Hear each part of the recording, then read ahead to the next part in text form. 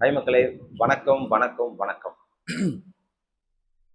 First of all என்னோட channel subscribe பண்ணிடுங்க, bell button press பண்ணிடுங்க, முடிஞ்சால் ஷேர் பண்ணுங்கள், டைம் இருந்தால் வீடியோவை பாருங்கள், ஷேர் பண்ணுங்கள், கமெண்ட்ஸ் பண்ணுங்கள். என்ன பார்க்க போகிறோன்னா, விஜயன் ஆட்சி தான். என்னதான் புதிய அரசு வந்தாலும் சரி, பழைய அரசாக இருந்தாலும் சரி, டிஎம்கே இருந்தாலும் சரி, ஏடிஎம்கே இருந்தாலும் சரி, இப்போ இருக்கிற டிவிகே இருந்தாலும் சரி, சட்டம் ஒழுங்கை மட்டும் சீர் செய்ய முடியவே இல்லை. ஸோ அது நேற்று கூட இதை வைகோ சன்னிருக்கு அவர் சொல்லிட்டு இருந்தார், சட்டம் ஒழுங்கு வந்துட்டு குற்றம் இல்லாத நாடோ மாநிலமோ உலகமோ சான்ஸே இல்லை. குற்றங்கள் எப்போ நடந்துகிட்டே தான் இருக்கும். அது கொலையாக இருக்கட்டும், ரேப்பாக இருக்கட்டும், சட்டம் ஒழுங்கு சீரடகும், அடிதடி ஆகட்டும், வெட்டாகட்டும், குத்தாகட்டும், எதுவாக இருந்தாலுமே நடந்துகிட்டே தான் இருக்கும், தடுக்க முடியாது. ஸோ ஃபார் எக்ஸாம்பிள் வேர்ல்டு லெவலில் போர் போயிட்டு தானே இருக்குது. அதுவும் வந்து சட்டம் ஒழுங்கு சரியில்லை தானே. இப்போ ட்ரம்ப் மூலயமா ஈராக்கும் ஈரானு இஸ்ரேல் இவங்க 3 பேருமே சண்டை போடுறாங்க. ஸோ அமெரிக்காவும் இஸ்ரேலும் சேர்ந்து ஈரானை காலி பண்ணுது. ஈரானை காலி பண்ணதை நாம எல்லாம் காலி ஆகிறோம். மீன்ஸ் உலக நாடு எல்லாமே காலி ஆகுது. அப்போ எங்கேருந்து சட்டம் ஒழுங்கு சீராக இருக்கும்? அப்போ அங்கேயே வேர்ல்டு லெவல்லே அந்த அளவுக்கு இருக்கும்போது நம்ம தமிழ்நாட்டில் மட்டும் விஜயன் வந்தது எப்படி சட்டம் ஒழுங்கு சீர் செஞ்சிருவாரு? கஷ்டம்தான். சட்டம் ஒழுங்கா வைக்கப்படும், அவ்வளவுதான் முடியுமே கண்டி சட்டம் ஒழுங்கு சுத்தமா சீர் செய்ய முடியுமானா முடியாது. கொஸ்டின் மார்க் தான். ஏன்னா வேர்ல்டு லெவலில் எந்த பிரச்சனை இருக்கு. அவனுங்க எல்லாமே படிச்சுதான் பிரதமராக இருக்காங்க, அதிபராக இருக்காங்க. யாரும் படிக்காத முட்டாள் ஒன்றும் அதிபராக இல்லை. விஷயம் தெரிஞ்சவங்க தான் வந்து எல்லாமே போஸ்டிங்ல இருக்காங்க. ஸோ அப்படி இருந்துமே ஃபார் எக்ஸாம்பிள் ரஷ்யாவாகட்டும் உக்ரைன் ஆகட்டும் வருஷ கணக்காக போர் போயிட்டு இருக்கு, மாச கணக்காக போர் போயிட்டு. நேற்று வந்துட்டு நியூஸ் பிரகாரம் பார்த்தீங்கன்னா விளையாடி புட்டின் என்ன சொல்றாருன்னா, எங்களுக்கு வந்து லட்சம் கணக்கு இவ்வளோ கணக்குல டாலர்ல மீன்ஸ் பில்லியன் கணக்குல வந்து உங்களுக்கு இழப்பு அப்படின்ற அந்த அவ்வளோ இழப்பு ஏற்படுது இல்லை. அப்ப தடுக்க வேண்டியதானே, நிறுத்த வேண்டியதானே. அதை மட்டும் நிறுத்த மாட்டாங்க.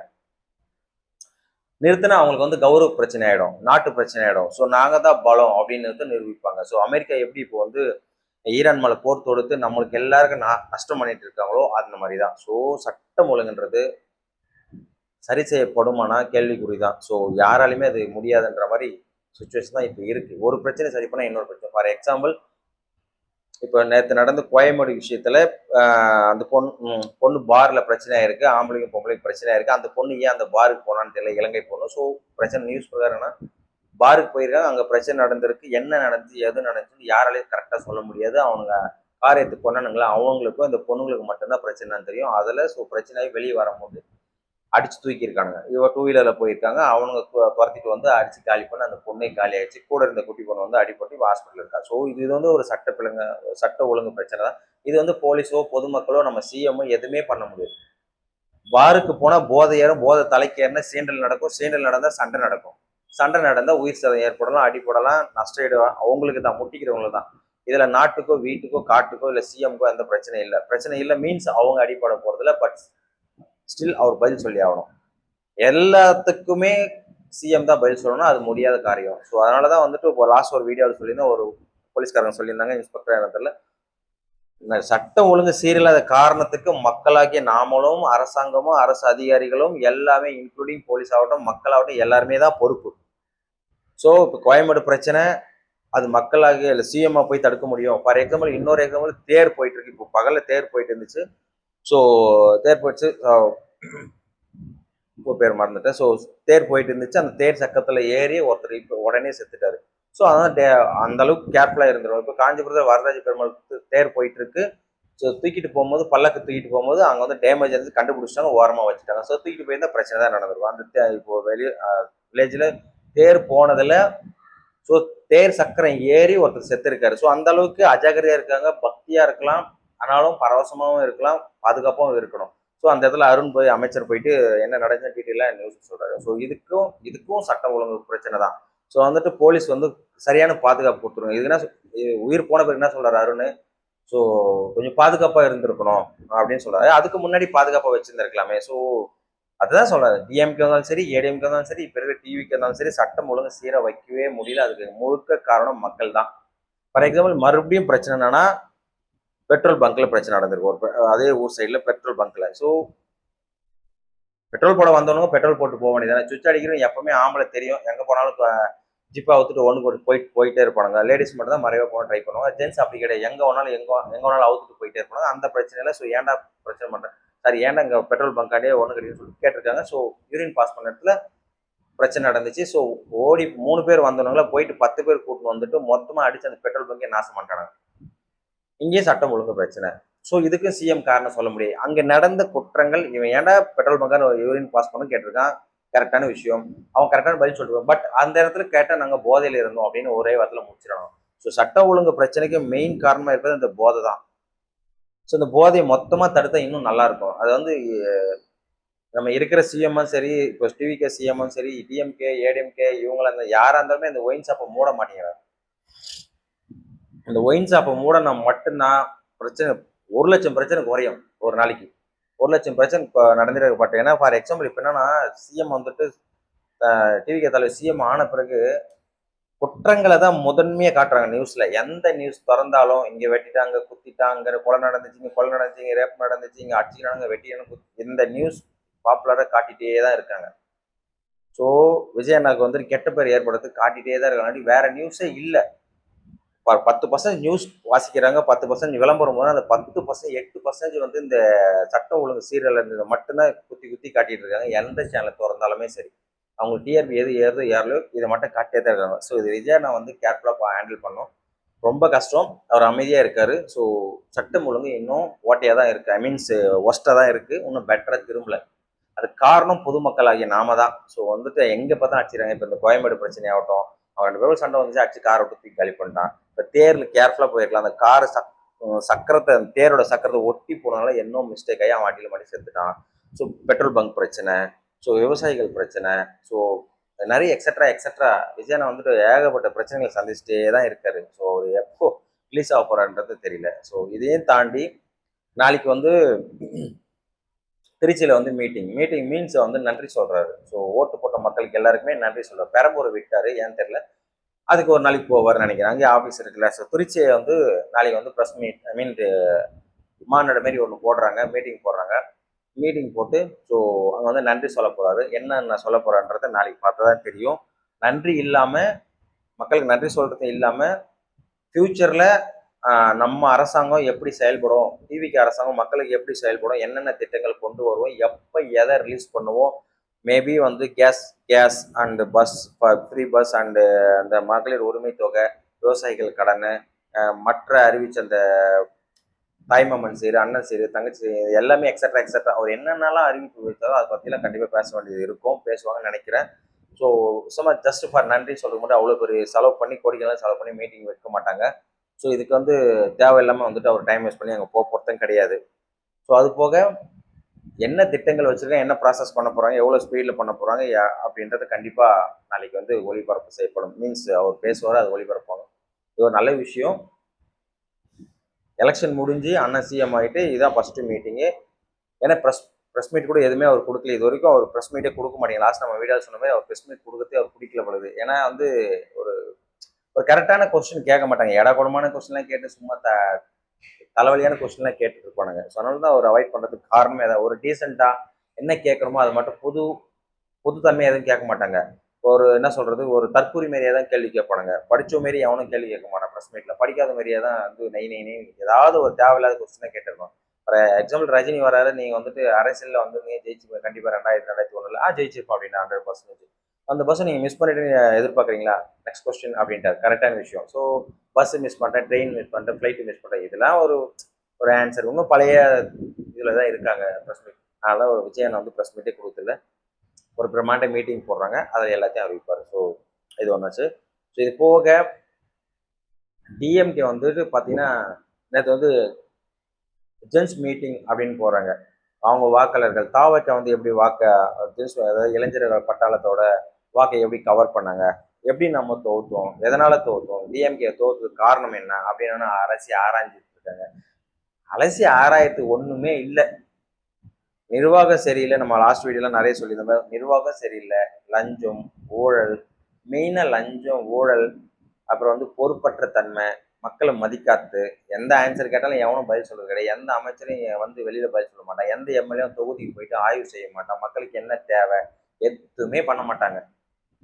அவங்க செஞ்ச ஒரே விஷயம், இந்த பெண்களுக்கு வந்துட்டு இந்த உரிமை தொகை கொடுத்தாங்க, அவ்வளவுதான். கலைஞர் உரிமை தொகைன்னு ஒன்று கொடுத்தாங்க, அவ்வளவுதான். மற்றபடி இப்போ தோண்டணுமா, ஏகப்பட்ட ஊழல் வெளில வந்துட்டே இருக்கு. அதுக்காக தான் வெள்ளை அறிக்கையே விட போறாங்க டிவிக்கு. ஸோ நிதி அமைச்சர் என்ன சொல்லியிருக்காரு, மரியா வில்சன் வந்துட்டு இன்னும் 2 வீக்ஸ் ஆர் 2 ஆர் 3 வீக்ஸ்ல வந்துட்டு கண்டிப்பா வந்துட்டு நாங்க வெள்ளை அறிக்கை இப்போ வெளியிடுவோம். ஸோ வந்து ரெடி ஆயிட்டு இருக்கு. இந்த டீம் ரெடி பண்ணிட்டு இருக்காங்க அப்படின்ற மாதிரி சொல்லுவாங்க. அது 2 வாரம் ஆகலாம், 2 மாசம் ஆகலாம், இல்ல 6 மாசம் ஆகலாம், 2 வருஷம் கூட ஆகலாம். பட் அந்த அறிக்கை வந்து கரெக்டான அறிக்கையா இருந்தா பலர் அரசு செய்யப்படுவார்கள் நான் நினைக்கிறேன். ஸோ கண்டிப்பா வந்துட்டு வெள்ளை அறிக்கையில் யாரெல்லாம் ஊழல் பண்ணியிருக்காங்க, சொத்து யாரெல்லாம் குவிச்சிருக்காங்க, என்ன பிரச்சனைன்றது ஜெயலலிதாவே ஜெயிலுக்கு போயிட்டு வந்தாங்க இல்லையா, அந்த மாதிரி இவங்க இப்ப இருக்கிற முன்னாடி இருந்த ஆட்கள் வந்துட்டு யாரெல்லாம் கொள்ளடிச்சு வச்சிருக்காங்க, கவர்மெண்ட் எவ்வளவு லாஸ்ல இருக்கு. ஃபார் எக்ஸாம்பிள் வந்து 10 லட்சம் கோடி கடன் வாங்கியிருக்காங்கன்னா, இபில 2.5 லட்சம் கோடி வந்து கடன் இருக்குன்னு சொல்லிட்டு நிர்மல்குமார் சொல்றாரு. ஸோ இபி அமைச்சர். ஸோ இதுவே இவ்வளவு கடன் இருக்கும்போது மற்ற பொதுப்பணித்துறை, போக்குவரத்து துறை, அப்புறம் மருத்துவத்துறை, எக்ஸெட்ரா எக்ஸெட்ரா எத்தனையோ துறை இருக்கு. இதெல்லாம் எவ்வளவு கோடி கணக்குல கடன் இருக்கும். இதெல்லாம் யார் தான் கட்டுறது? ஸோ டிவிக்கு மொத்தமா சேர்ந்து கட்டவும் முடியாது, மக்கள் சேர்ந்து மொத்தமா கட்டவும் முடியாது. மக்கள் உயிர் வாழ்றதுக்கே அவன் தள்ளாடிட்டு இருக்கான். எங்கேருந்து கடனை திருப்பி கொடுக்க முடியும்? ஸோ இதுக்கு எல்லாத்துக்கும் காரணமே வந்து முன்னாடி அந்த ஏடிஎம்கேவும் இப்போ ஆண்டுட்டு போன டிஎம்கேவும் தான் காரணம். ஸோ அதில் முழு காரணம் வந்துட்டு மெயினான முக்கால்வாசி காரணம் டிஎம்கே தான். கோடிக்கணக்கில் வாங்கி ஊதாரித்தனமா செலவு பண்ணி சீரழிச்சிட்டானுங்க. இப்போ வந்துட்டு எதை தொட்டாலும் கடன் தான். அப்புறம் எங்கேருந்து மக்களுக்கு வந்து ஸ்பீடான ஆட்சி, நல்லாட்சி விஜயால தர முடியும்? விஜய் நான் திணறதுக்கு காரணமே இதான் காரணம். ஸோ அதனால வந்து நிறைவேற்ற முடியல. பஸ் சொன்னாரு ஃப்ரீயா, பஸ் போயினே தான் இருக்கு. அது டீசல் பிரச்சனை இருக்கு. கரண்ட் சொன்னாரு, அது அறிவிச்சுட்டாங்க. இபி கணக்கெடுக்கும் போது தான் தெரியும். அது ஓகே பண்ணுங்க. இந்த பக்கம் கேஸ் சொன்னாரு, ஒன்றும் அதை பத்தி பேசவே இல்லை.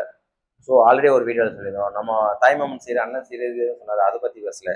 விவசாய கடன்லையும் ஊழல், ஐ மீன்ஸ் விவசாய கடன்லையும் கொஞ்சமா தான் கொடுத்துருக்காரு. அதுலயும் வந்து உள்குத்து வச்சு முடிச்சிட்டாங்க. ஸோ அதுவும் பிரச்சனையா போயிட்டு இருக்கு. அதுவும் போராட்டங்கள் நடத்திட்டு இருக்காங்க விவசாயிகள்.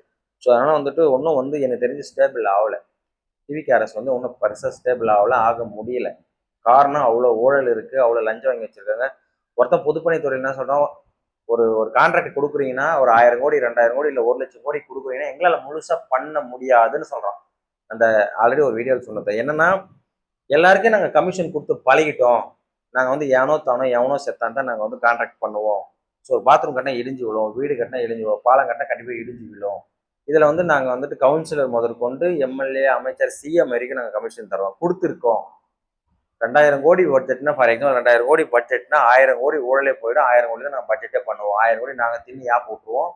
1000 கோடி தான் ப்ராஜெக்டே நடக்கும். அப்புறம் 1000 கோடி நடந்து அங்கேருந்து நான் எங்கே நல்லா இருக்கும், மயிராட்டம் தான் இருக்கும் எல்லா ப்ராஜெக்டும். ப்ராஜெக்ட் எடுக்க தான் தெரியும். ஆனா இப்ப இருக்கிற அரசாங்கம் டிவிக்கு என்ன சொல்றாங்கன்னா, ஒரு ப்ராஜெக்ட் எடுத்தீங்கன்னா ஒரு 10,000 கோடி இல்ல 5000 கோடினா முடிஞ்ச அளவுக்கு முழுசா கட்டுங்க, ஸ்ட்ராங்கா கட்டுங்க, குவாலிட்டியா கட்டுங்க, குவான்டிட்டி கம்மி பண்ணாதீங்க, குவாலிட்டியா இருக்கணும், குவான்டிட்டியாவும் இருக்கணும். ஸோ அப்படி சொல்றாங்க.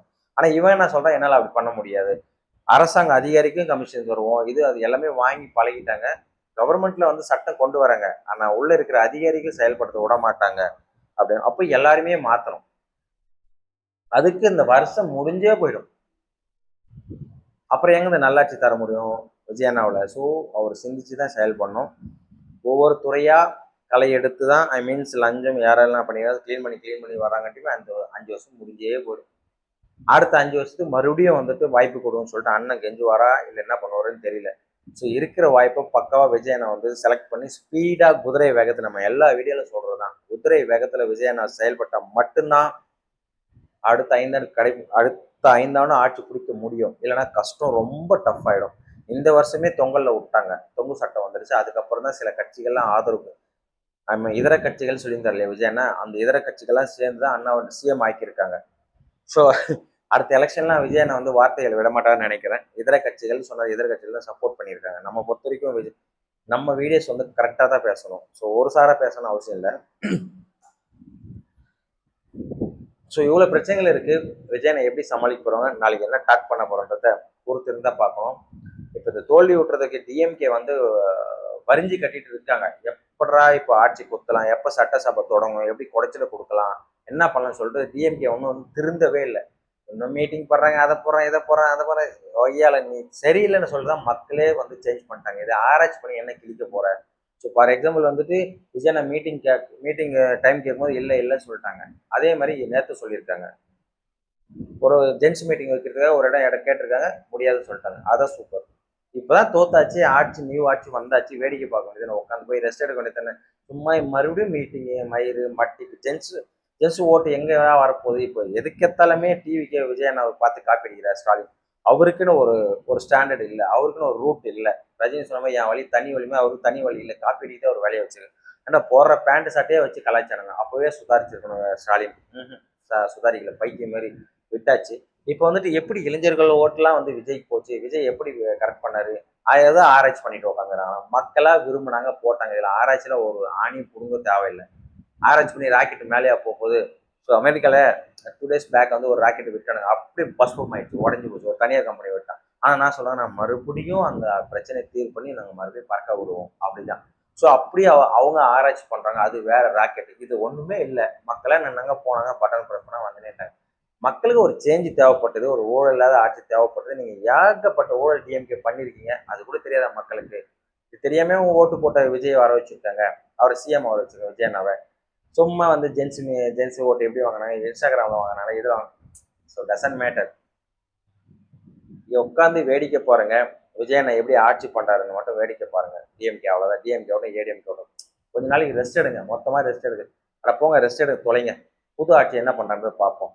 புதிய மக்களுக்கு புதிய ஆட்சி, புதிய சிஎம் தான் வந்து கரெக்டாக இருப்பாரு. ஸோ பொறுத்திருந்து பார்ப்போம். விஜய் அண்ணா ஆட்சி சட்டம் ஒழுங்கு, லஞ்சம், ஊழல், கொலை ரேப்பு எல்லாம் இல்லை குறைச்சி போதையில்லா தமிழகத்தை எப்படி கொண்டு வர்றது நம்ம பொறுத்திருந்து பார்ப்போம். கொடுத்த வாக்குறுதிகளை எப்படி நிறைவேற்றுறதுன்னு பார்ப்போம். எவ்வளோ விரைவாக நிறைவேற்றுறாரு, வெள்ளை அறிக்கை வெளியிட்ட பிறகு எவ்வளோ பேரை அரெஸ்ட் பண்ணி உள்ள ஜெயிலில் கொடுக்குறான்றத பொறுத்திருந்து பார்ப்போம். நல்லாட்சி விஜயன் ஆட்சி தொடரட்டும்.